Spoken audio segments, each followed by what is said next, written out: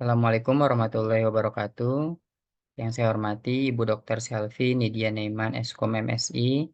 Pada kesempatan ini saya akan mempresentasikan penerapan komponen keamanan CIA, Confidentiality, Integrity, Availability pada aplikasi Visit Bogor yang sebelumnya telah kami rancang untuk komponen Smart Branding.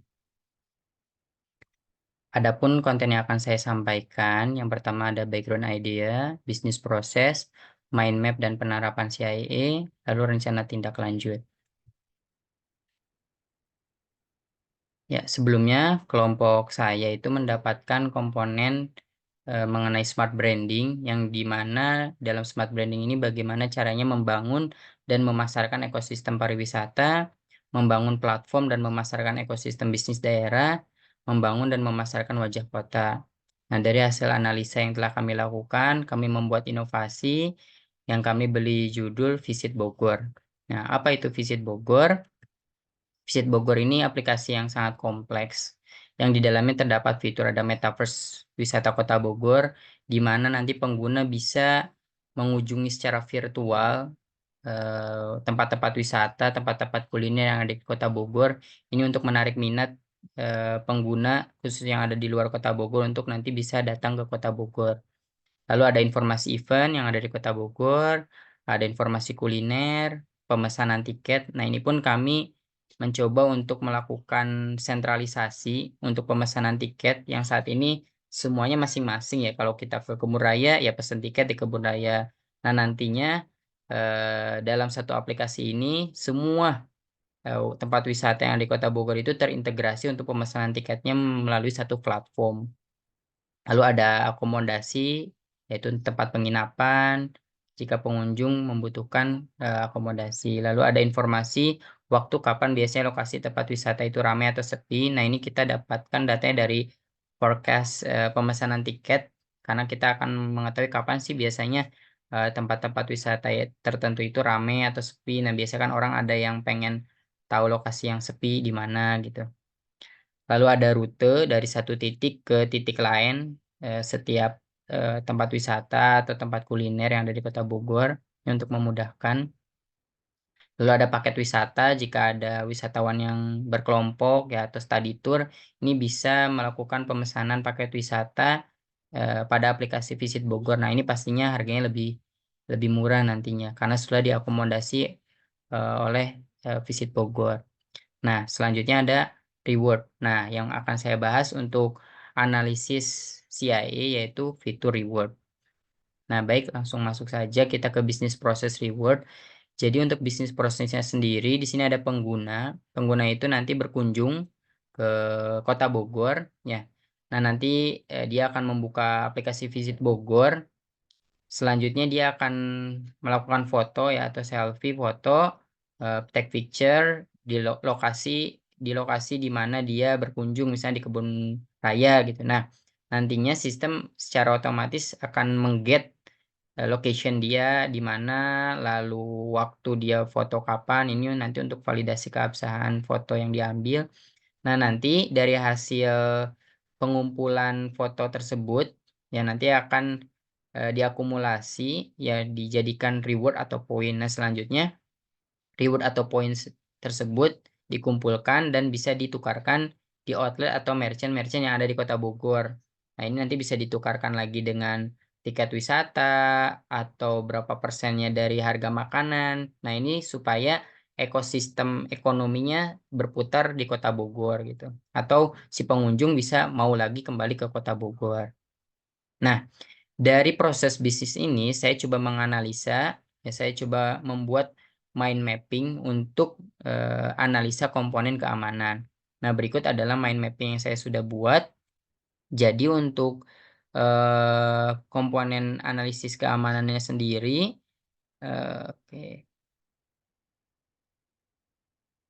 Nah, untuk fitur reward sendiri di sini saya bagi menjadi tiga proses. Yang pertama itu ada proses pengumpulan poin, lalu ada proses penukaran poin, lalu ada proses mengamankan data poin tersebut. Nah, Kita masuk ke dalam proses pengumpulan poin. Yang pertama di sini ada pencatatan aktivitas. Jadi setiap kali pengguna melakukan aktivitas, ya tadi ada foto gitu ya yang memenuhi syarat untuk mendapatkan poin, misalnya mengunjungi tempat wisata gitu ya, menghadiri ada acara gitu, atau dia foto di tempat makan di mana, misalkan di Kota Bogor pastinya. Nah, sistem akan mencatat aktivitas tersebut. Nah, lalu aktivitas ini untuk keamanan akan dienkripsi ya dengan AES sebelum disimpan ke dalam basis data. Selanjutnya untuk proses validasi aktivitas di sini nanti sistem secara otomatis akan nge-get location dan waktu kapan dia melakukan foto ya. Jadi nanti supaya tidak ada apa ya istilahnya itu ketika dia foto di mana, diupload, nah itu nanti akan dilakukan validasi betul atau tidak lokasi di mana dia berfoto itu sesuai gitu ya. Ya pastinya ada di titik lokasi di Kota Bogor. Nah, selanjutnya hash function digunakan untuk memastikan data aktivitas tidak dimodifikasi selama transmisi. Lalu untuk penambahan poin ditambahkan ke akun pengguna setelah validasi aktivitas selesai. Nah, transmisi penambahan transaksi penambahan poin dicatat dalam sistem menggunakan audit trails untuk tujuan verifikasi dan audit. Nah, selanjutnya ada proses penukaran poin. Untuk proses penukaran poin sendiri, poin ditambahkan pengguna pengguna di sini memilih merchant terlebih dahulu. Ya, pengguna memilih merchant terlebih dahulu untuk menukarkan poin yang telah terkumpul. Nah, aplikasi menggunakan Role Based Access Control RBEC ya atau RBEC untuk memastikan hanya pengguna yang berwenang dapat mengakses fitur penukaran poin. Lalu untuk validasi penukaran sendiri, sebelum penukaran poin disetujui, sistem melakukan validasi terhadap jumlah poin yang tersedia menggunakan File Integrity Monitoring atau FIM untuk memastikan tidak ada perubahan yang tidak sah pada data poin pengguna. Nah, lalu selanjutnya ada proses multi-factor authentication MFI digunakan untuk memastikan bahwa permintaan penukaran dilakukan oleh pengguna yang sah. Nah, ini bisa salah satunya dikirimkan kode OTP ya, seperti kalau kita mau menukarkan poin GoPay yang biasanya ada di Tokopedia misalkan, atau poin-poin yang sudah tersedia sebelum ditukarkan itu ada autentikasi terlebih dahulu ke si pengguna yang sah. Nah, lalu selanjutnya untuk transaksi penukaran ini setelah proses validasi penukaran selesai, sistem mengurangi jumlah poin dari akun pengguna dan mengirimkan notifikasi ke merchant terkait penukaran poin tersebut. Nah, transaksi penukaran dienkripsi dengan AES dan dicatat dalam audit trails untuk memastikan transparansi dan dapat diaudit di kemudian hari. Selanjutnya ada bagian keamanan data poin. Nah, untuk bagian keamanan data poin sendiri di sini terbagi menjadi 3. Yang pertama untuk penyimpanan. Nah, untuk penyimpanan data poin pengguna disimpan dalam basis data yang dienkripsi dengan AES. Database Activity Monitoring atau DAM digunakan untuk memantau dan mencegah aktivitas yang mencurigakan atau tidak sah pada basis data. Nah, untuk proteksi terhadap manipulasi, di sini kita lakukan Intrusion Detection System atau IDS dipasang untuk mendeteksi dan merespon potensi serangan atau manipulasi terhadap sistem ya pada sistem. Selanjutnya ada checksum and cyclic redundancy check atau CRC diterapkan untuk memastikan integritas data poin selama penyimpanan dan transmisi. Lalu untuk redundansi dan pemulihan, ya backup dan recovery secara rutin dilakukan untuk memastikan data poin dapat dipulihkan jika terjadi kegagalan sistem.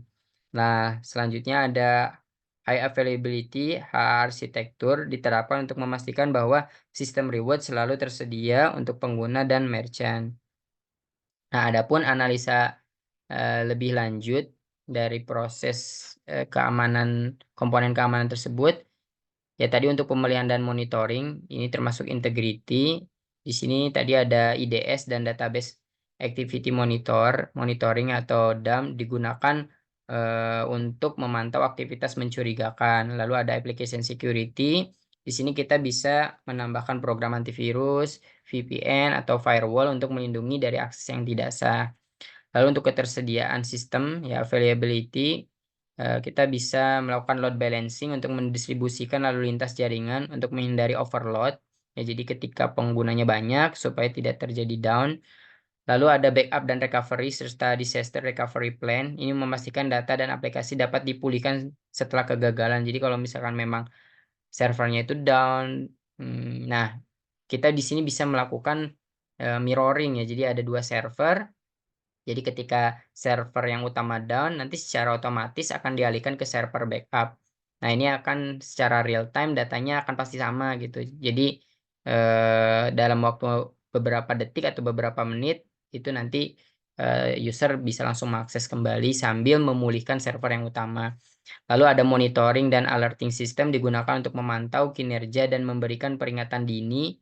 Lalu tadi high available, arsitektur atau dan auto scaling memastikan aplikasi tetap tersedia dan responsif selama periode permintaan tinggi. Lalu untuk tadi penyimpanan dan redundansi data, ini termasuk availability, data disimpan menggunakan redundant array untuk independent disk, RAID, untuk menghindari kehilangan data. Lalu selanjutnya ada penyimpanan cloud dan geographic redundancy. Nah, ini tadi bisa pakai cloud juga ya untuk backup servernya yang dua tadi untuk memastikan ketersediaan data meskipun terjadi bencana lokal. Nah, jadi selanjutnya ada service level agreements SLIS dengan penyedia layanan memastikan tingkat ketersediaan yang disepakati. Nah, adapun skema perlindungan, jadi ini untuk melakukan pencegahan untuk tindak lanjutnya. Di sini saya menyarankan dilakukan vulnerability assessment. Di sini untuk dilakukan pelaporan penilaian kerentanan dalam waktu singkat untuk memahami resiko yang ada saat ini secara cepat gitu ya. Lalu selanjutnya bisa untuk lebih dalam bisa dilakukan penetration testing untuk mengeksploitasi dan mengidentifikasi apakah ada kerentanan yang bisa segera diperbaiki dari ketiga aspek tadi. Selain itu, melalui penetration testing kita akan memperoleh berbagai saran dan solusi untuk meminimalisir resiko dan dampak yang timbul apabila ketiga aspek keamanan informasi tersebut berhasil dieksploitasi. Jadi ini untuk melakukan pencegahan. Nah, lalu selanjutnya di sini kita bisa meng-hire atau bekerja sama dengan vendor yang memiliki IT security profesional yang memiliki sertifikat Certified Ethical Hacker dan Certified Secure Computer User untuk menguji tingkat keamanan dari sistem. Ini perlu orang-orang yang memang punya keahlian khusus. Selanjutnya, ini kita melakukan standar untuk kualitas pengujian yang dilakukan mengikuti standar Open Web Application Security Project ketika melakukan pengujian. Sekian dari saya. Saya cukupkan. Wassalamualaikum warahmatullahi wabarakatuh.